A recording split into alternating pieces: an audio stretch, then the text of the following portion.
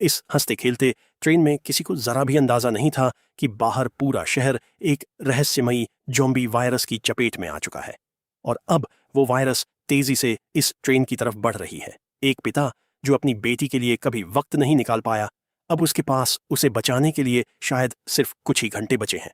क्या वो अपनी बेटी को इस मौत की ट्रेन से जिंदा बाहर निकाल पाएगा, या फिर ये सफर उनकी आखिरी मुलाकात होगी? आइए जानते हैं दुनिया की सबसे बेहतरीन और सबसे इमोशनल ज़ॉम्बी फिल्मों में से एक, ट्रेन टू बुसान के बारे में। कहानी शुरू होती है सोकवू से, एक सफल फंड मैनेजर जिसके पास पैसे की कोई कमी नहीं, लेकिन अपनी छोटी बेटी सुआन के लिए उसके पास कभी वक्त नहीं होता।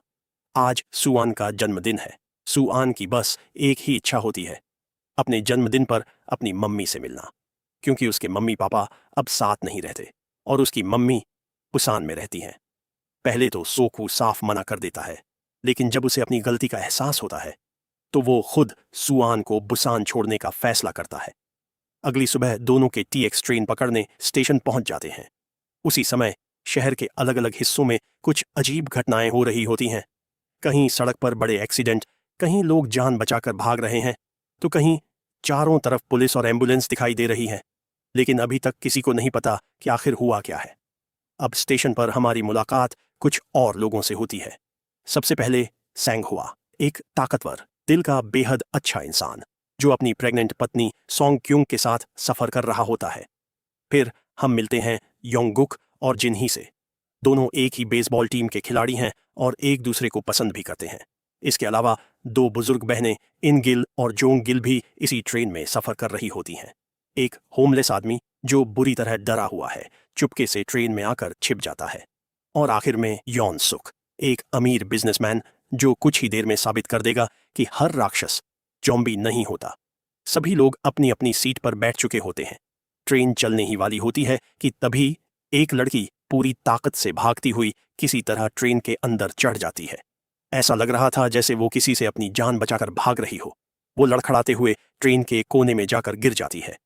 कुछ ही सेकंड बाद उसकी हालत अचानक बिगड़ने लगती है। उसका पूरा शरीर बुरी तरह कांपने लगता है। एक ट्रेन अटेंडेंट उसे संभालने के लिए उसके पास जाती है, लेकिन अगले ही पल वो लड़की उस पर हमला कर देती है और उसे काट लेती है।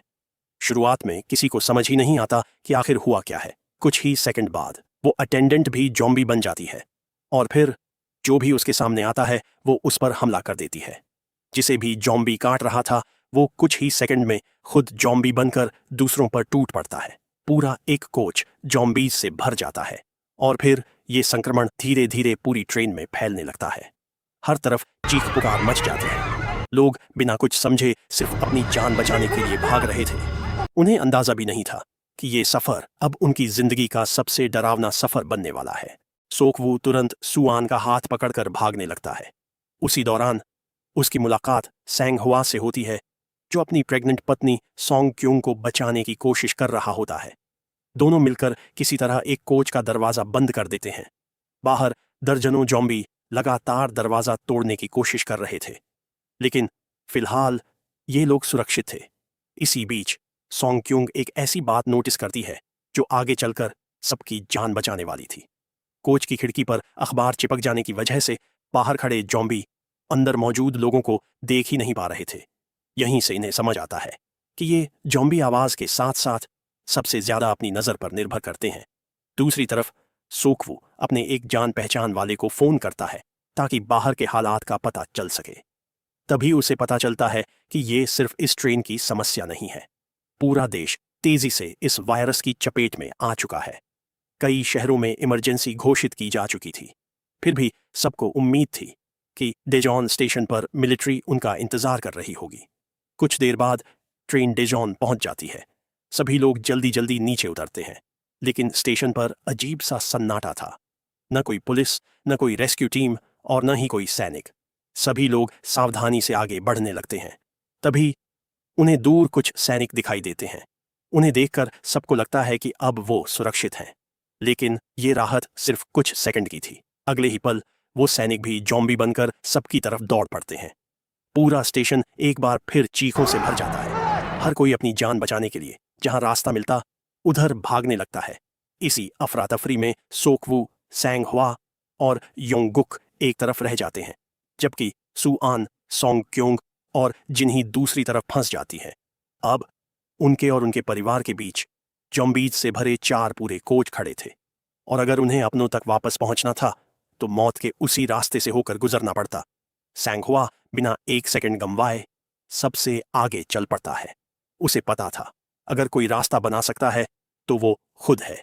उसके पीछे सोकवू और सबसे पीछे योंगुक तीनों धीरे धीरे अगले कोच में दाखिल होते हैं, लेकिन एक ज़ॉम्बी की नज़र उन पर पड़ जाती है और अगले ही पल पूरा कोच उनकी तरफ टूट पड़ता है। सैंघुआ पूरी ताकत से एक एक ज़ॉम्बी को पीछे धकेलता जाता है। सोकवू भी अब सिर्फ अपनी बेटी के लिए नहीं बल्कि अपने साथियों के लिए भी लड़ रहा था। तीनों एक दूसरे का साथ देते हुए धीरे धीरे आगे बढ़ते जाते हैं। हर कोच पार करना उनके लिए किसी जंग से कम नहीं था। इसी दौरान ट्रेन एक लंबी सुरंग में दाखिल हो जाती है। पूरा कोच अचानक अंधेरे में डूब जाता है। यहीं उन्हें एक और जरूरी बात समझ आती है। अंधेरे में ज़ॉम्बी साफ देख नहीं पाते। बस यही उनका सबसे बड़ा मौका था।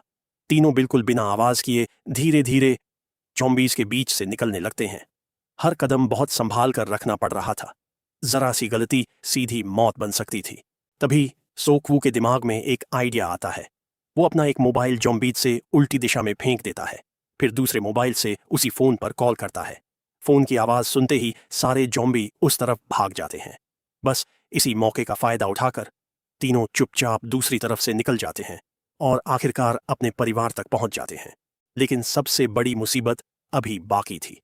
जिस कोच में बाकी यात्री बैठे थे उन्होंने दरवाजा खोलने से साफ मना कर दिया। सबको डर था कि शायद ये लोग भी संक्रमित हों। यौन सुख इस डर का पूरा फायदा उठाता है। वो बाकी यात्रियों को भड़काने लगता है। वो कहता है, अगर इन्हें अंदर आने दिया तो हम सब मर जाएंगे। दूसरी तरफ सोकवू और बाकी लोग जान बचाने के लिए दरवाजा पीट रहे थे, लेकिन ज़ॉम्बीज लगातार उनका पीछा कर रहे थे। सैंघुआ समझ जाता है कि अगर उसने इन्हें नहीं रोका तो कोई भी आगे नहीं जा पाएगा। वो अकेला दरवाजे के सामने खड़ा हो जाता है और पूरी ताकत से ज़ॉम्बीज को रोकने लगता है। लेकिन आखिरकार एक ज़ॉम्बी सैंघुआ को काट लेता है। उसे पता था कि अब उसके पास ज्यादा समय नहीं बचा। फिर भी वो आखिरी सांस तक दरवाजा पकड़े रहता है ताकि उसकी पत्नी और बाकी सभी लोग सुरक्षित निकल सकें। आखिरकार सैंघुआ अपनी जान देकर सबको बचा लेता है। सोंग क्योंग बस बेबस होकर अपने पति को आखिरी बार देखती रह जाती है। काफी मशक्कत के बाद दरवाजा खुल तो जाता है, लेकिन अंदर आते ही कोई उनका शुक्रिया नहीं करता। उल्टा यौन सुख सबके सामने इन्हीं पर शक करने लगता है। डरे हुए बाकी यात्री भी उसकी बातों में आ जाते हैं और फिर सोकवू, सुआन, सोंगक्युंग, योंगुक, जिन्ही और वो होमलेस आदमी, इन सबको बाकी लोगों से अलग करके दूसरे कोच में भेज दिया जाता है। उधर यौन सुख की वजह से जोंगिल भी सोकवू और बाकी लोगों के साथ उसी कोच में फंसी थी और इनगिल की आंखों के सामने ही जोंगिल ज़ॉम्बीज का शिकार बन गई थी। इनगिल पूरी तरह टूट जाती है। उसे एहसास हो जाता है कि जिन लोगों ने दूसरों को मरने के लिए छोड़ दिया शायद वो बचने के लायक ही नहीं है। इसी गुस्से में वो उस कोच का दरवाजा खोल देती है जहां बाहर सैकड़ों ज़ॉम्बी जमा थे। अगले ही पल पूरा कोच ज़ॉम्बीज से भर जाता है। यौन सुख एक बार फिर सबको पीछे छोड़कर सबसे पहले भाग जाता है। दूसरी तरफ सोकवू, सुआन, सोंग क्योंग, योंगगुक, जिन्ही ये सब दो कोचेस के बीच वाले पैसेज में फंसे हैं।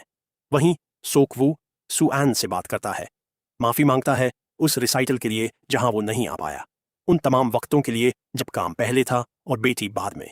और तभी किम का फोन आता है। किम रोते हुए बताता है जो वायरस पूरे कोरिया में फैल रहा है उसके पीछे वाईएस बायोटेक है। वही कंपनी जिसे सोकवू की फर्म ने बैंकरप्ट होने से बचाया था, उसमें इन्वेस्ट करके उसी कंपनी के बायोटेक प्लांट से वायरस लीक हुआ था। अगर सोकवू ने उस कंपनी में इन्वेस्ट न किया होता तो शायद वो बंद हो जाती और ये सब नहीं होता। जाने अनजाने में सोकवू इस पूरी तबाही का जिम्मेदार है। सोकवू के पैरों तले जमीन खिसक जाती है। वो सालों में पहली बार रोता है। इस सब के बाद कंडक्टर अनाउंस करता है कि ट्रैक ब्लॉक है, सबको दूसरी ट्रेन पर जाना होगा। सब बाहर निकलते हैं, लेकिन तभी एक बेकाबू जलती हुई ट्रेन आकर टकराती है। एक पूरी कोच पलट जाती है और इस केओस में योंगगुक और जिन्ही बाकी ग्रुप से बिछड़ जाते हैं। दोनों किसी तरह एक कोच में घुसते हैं, दूसरी तरफ का दरवाजा खोलने की कोशिश करते हैं। तभी यौन सुख वहां आता है। बिना एक सेकंड सोचे जिन्ही को पकड़कर उस ज़ॉम्बी की तरफ फेंक देता है, सिर्फ अपनी जान बचाने के लिए। जॉम्बी जिन्ही को काट लेता है। योंगुक जॉम्बी को हटाता है, लेकिन बहुत देर हो चुकी है। जिन्ही का शरीर कांपने लगता है। वो ज़ोंबी में बदल रही थी, लेकिन फिर भी योंगुक उसे छोड़कर नहीं जाता। जिन्ही फिर ज़ोंबी बन के उसको काट लेती है। बाकी चारों कोच के नीचे फंस जाते हैं। सोकवू एक रास्ता ढूंढता है, नीचे एक छोटी सी जगह जहां से निकला जा सकता है, और तभी पीछे की खिड़की टूट जाती है। जॉम्बीज का पूरा झुंड उनकी तरफ बढ़ने लगता है।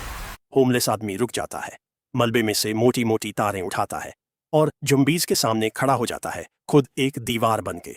सोंगक्युंग एक पल के लिए पलटकर देखती है। होमलेस आदमी उन्हें इशारा करता है, जाओ, जल्दी जाओ। वो निकल जाते हैं और जॉम्बीज होमलेस आदमी को लपेट लेते हैं। उधर यौन सुख भाग रहा था और जॉम्बीज उसके पीछे थे। तभी वो गिर पड़ा। कंडक्टर ने उसे देखा और मदद करने के लिए भाग के आया। यौन सुख ने उसे सीधे जॉम्बीज की तरफ धकेल दिया। कंडक्टर मर गया, लेकिन इससे पहले यौन सुख को भी एक जॉम्बी ने काट लिया था। वो किसी तरह नई ट्रेन के कॉकपिट तक पहुंचा और वहीं बैठा रहा, धीरे धीरे टर्न होते हुए। बाकी तीनों कोच के नीचे से निकल के दौड़ते हैं। जॉम्बीज से भरा एक लहर उनकी तरफ आ रही है। ट्रेन आगे निकल गई होती है और इन्हें उस ट्रेन पर चढ़ना होता है। भागते भागते कुछ जॉम्बीज एक दूसरे से टकराते हैं और पीछे से आ रहा पूरा झुंड उन पर एक के ऊपर एक करके गिरता है, लेकिन बाकी जॉम्बीज आजू बाजू से कूदकर आगे बढ़ते रहते हैं। तीनों किसी तरह चलती ट्रेन पर चढ़ जाते हैं, लेकिन जॉम्बीज भी ट्रेन तक पहुंच जाते हैं। एक का हाथ किनारे पर, फिर दूसरा। ऐसे ही पूरी एक लहर एक दूसरे को पकड़कर ट्रेन से लटक जाता है। ट्रेन की रफ्तार कम होने लगती है। सोकवू किनारे पर जाता है, एक एक हाथ को लात मारता है। तभी ऊपर से एक जॉम्बी उस पूरे झुंड के ऊपर दौड़ता हुआ सोकवू तक पहुंचने की कोशिश करता है, लेकिन चूक जाता है। सोकवू लात मारने जारी रखता है। जितने हटाओ उतने और आ जाते हैं, लेकिन सोकवू रुकता नहीं। फिर आखिरी कुछ हाथ छूटते हैं और जॉम्बीज का पूरा झुंड पीछे गिर जाता है और सोकवू कॉकपिट की तरफ बढ़ता है, लेकिन अंदर कॉकपिट में यौन सुख बैठा है, आंखें सफेद, इन्फेक्टेड। वो पूरी तरह टर्न हो जाता है और सोकवू पर झपट जाता है। सोकवू थका हुआ है, जख्मी है, लेकिन किसी तरह उसे ट्रेन से बाहर धकेल देता है। लेकिन इस लड़ाई में यौन सुख ने सोकवू के हाथ पर काट लिया था। सोकवू समझ जाता है कि अब उसके पास ज्यादा समय नहीं बचा। वो तुरंत सुआन और सोंगक्युंग को इंजन रूम में ले जाता है। सोंगक्युंग को ट्रेन चलाना सिखाता है, कौन सा लीवर, कहाँ रोकना है, कैसे बुसान तक पहुंचना है। फिर वो सुआन की तरफ मुड़ता है। सुआन समझ चुकी है। वो रोने लगती है, कहती है, पापा मत जाओ। अगर मैं बुसान जाने की जिद न करती तो ये सब नहीं होता। ये मेरी वजह से हुआ। सोकवू उसे रोकता है, कहता है, नहीं, ये तुम्हारी वजह से नहीं हुआ और मैं खुश हूं कि मैं आया। उसकी आंखों में आंसू हैं। वो बाहर निकलता है, इंजन रूम का दरवाजा बंद करके, ताकि वो सुआन को नुकसान न पहुंचा सके। वो ट्रेन के पीछे की तरफ चला जाता है। दिमाग में वो पल आता है जब सुआन पैदा हुई थी, पहली बार जब उसने अपनी बेटी को गोद में उठाया था। वो लम्हा जो उसने काम की भागदौड़ में कहीं खो दिया था। मुस्कुराते हुए वो ज़ोंबी में बदल रहा होता है और ट्रैक पर ज़ोंबीज के बीच कूद जाता है, और यहीं ये कहानी खत्म हो जाती है। अगर आपको हमारी ये मूवी एक्सप्लेनेशन पसंद आई हो तो वीडियो को लाइक करना और चैनल को सब्सक्राइब करना मत भूलिए।